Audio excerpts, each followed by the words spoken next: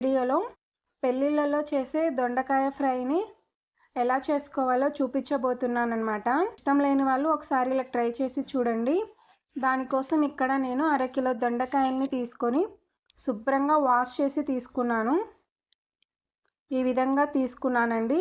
ఇప్పుడు వీటిని ఒక్కొక్క దొండకాయను తీసుకొని చివర్లు కట్ చేసి నేనైతే ఇక్కడ 4 భాగాలుగా కట్ చేసి తీసుకుంటున్నానన్నమాట. ఇలా కట్ చేస్తున్నాక మీరు కావాలంటే రౌండ్గా స్లైసెస్ కింద కూడా కట్ చేసుకోవచ్చు. నేనైతే ఇలా కట్ చేస్తున్నానండి. మీకు ఇష్టం లేకపోతే రౌండ్గా స్లైసెస్ కింద కూడా కట్ చేసుకోవచ్చు. వీటిని మరీ సన్నగా కానీ మరీ మందంగా కానీ కట్ చేసుకోకండి. వీడియోలో చూపిస్తున్న ఈ విధంగా ఈ మందంగా కట్ చేసుకుంటే సరిపోతుందండి. అలాగే అన్నిటినీ కూడా ఈ విధంగా కట్ చేసి పక్కన పెట్టుకోండి. ఇప్పుడు స్టవ్ పైన డీప్ ఫ్రైకి సరిపడా ఆయిల్ వేసుకొని ఆయిల్ వేడైన తర్వాత ఒక చిల్లుల గరిటెను తీసుకొని ఇందులో 1/2 కప్పు వేరుశనగ గుళ్ళను తీసుకోండి. ఈ వేరుశనగ గుళ్ళని లో ఫ్లేమ్లో దోరగా ఫ్రై చేసి వీటన్నిటిని కూడా ఒక ప్లేట్లోకి కానీ గిన్నెలోకి కానీ తీసుకొని పక్కన పెట్టుకోండి.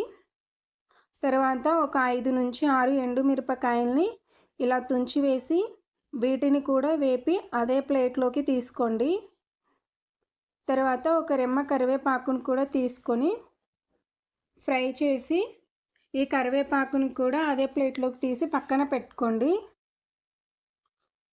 ఇప్పుడు మనం కట్ చేసి పెట్టుకున్న దొండకాయల్ని కొన్ని తీసుకొని ఫ్రై చేసుకొని తీసుకోండి. అలాగే ఇలా ఫ్రై చేస్తున్నప్పుడు మంటని మీడియం ఫ్లేమ్లో పెట్టి ఫ్రై చేయండి. మంటని హై ఫ్లేమ్లో కానీ లో ఫ్లేమ్లో కానీ పెట్టి ఫ్రై చేస్తే సరిగ్గా వేగవండి.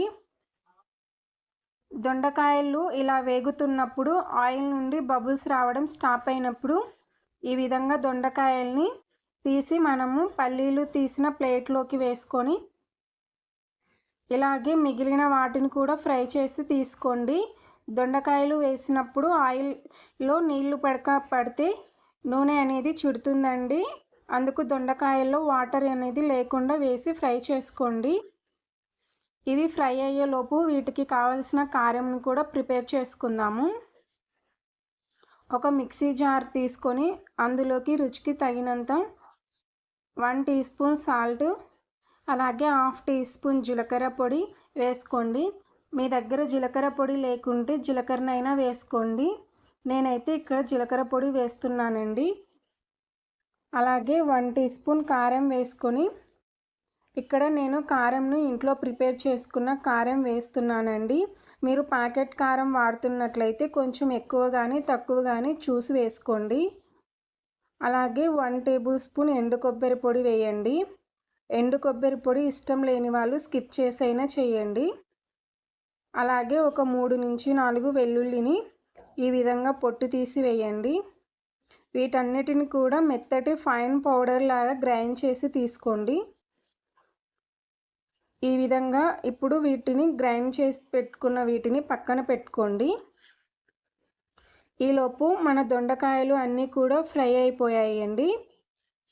అన్నిటిని కూడా ఈ విధంగా ఫ్రై చేసుకోవాలి. ఇలా అన్నీ ఫ్రై చేసుకున్న తర్వాత ఇప్పుడు వీటికి కారం తాలింపు వేసుకుందామండి.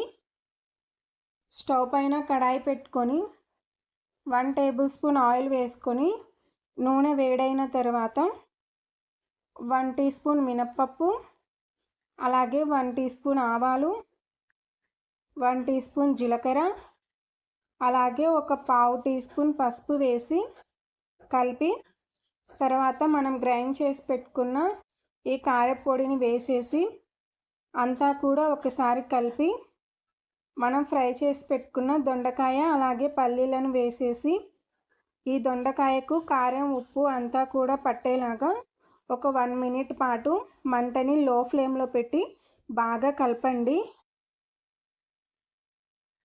ఈ స్టేజ్లోనే మీరు ఉప్పు కారంను కూడా చూసి అడ్జస్ట్ చేసుకోండి. ఇలా బాగా కలిపిన తర్వాత మీకు కావాలంటే ఫైనల్గా కొద్దిగా కొత్తిమీర చల్లుకొని సర్వ్ చేసుకుంటే అంతేనండి.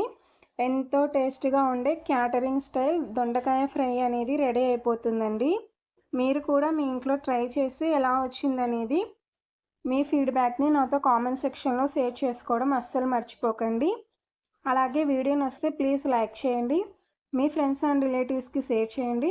మరిన్ని tasty and simple quick recipes కోసం అమ్మ చేతి వంట కిచెన్ అండ్ వ్లాగ్స్ని సబ్స్క్రైబ్ చేసుకోండి. Thanks for watching.